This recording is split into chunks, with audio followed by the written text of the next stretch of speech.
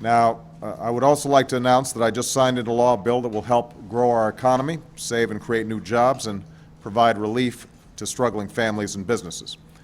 The need for such a measure was made clear by the jobs report that we received this morning.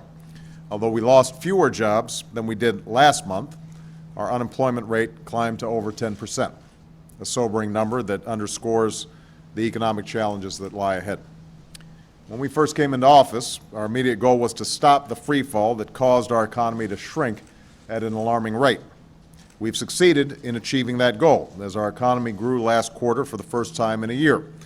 But history tells us that job growth always lags behind economic growth, which is why we have to continue to pursue measures that will create new jobs.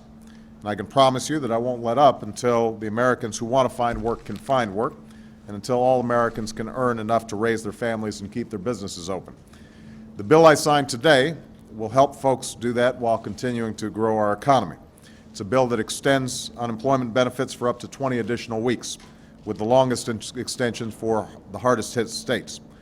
Already, these benefits have helped 16 million unemployed Americans, and now that I've signed this bill, an additional 700,000 Americans who are still searching for work will be able to sign up for an extension of those benefits immediately.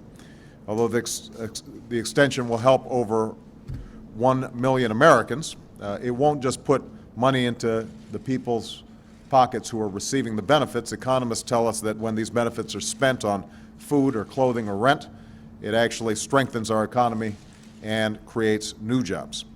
Now, this bill will also cut taxes for struggling businesses, with even larger cuts for small businesses, which means that thousands of entrepreneurs will get the cash they need to avoid laying off workers or closing their doors.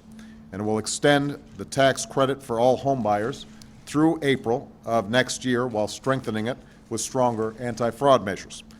The rebound in the housing market was one of the big factors that contributed to the growth of the economy last quarter and brought hundreds of thousands of families into the housing market. We want to give even more families the chance to own their own home. Now, it's important to note that the bill I signed will not add to our deficit. It is fully paid for, and so it is fiscally responsible. It builds on a Recovery Act that's already saved or created over 1 million jobs, and it will lead to even more in the weeks and months ahead. We will also build on the measure I signed today with further steps to grow our economy in the future.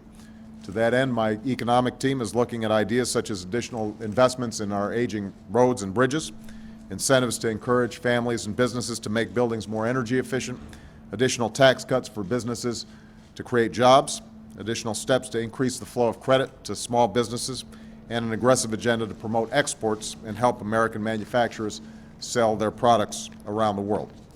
So, although it will take time and it will take patience, I am confident that our economy will recover.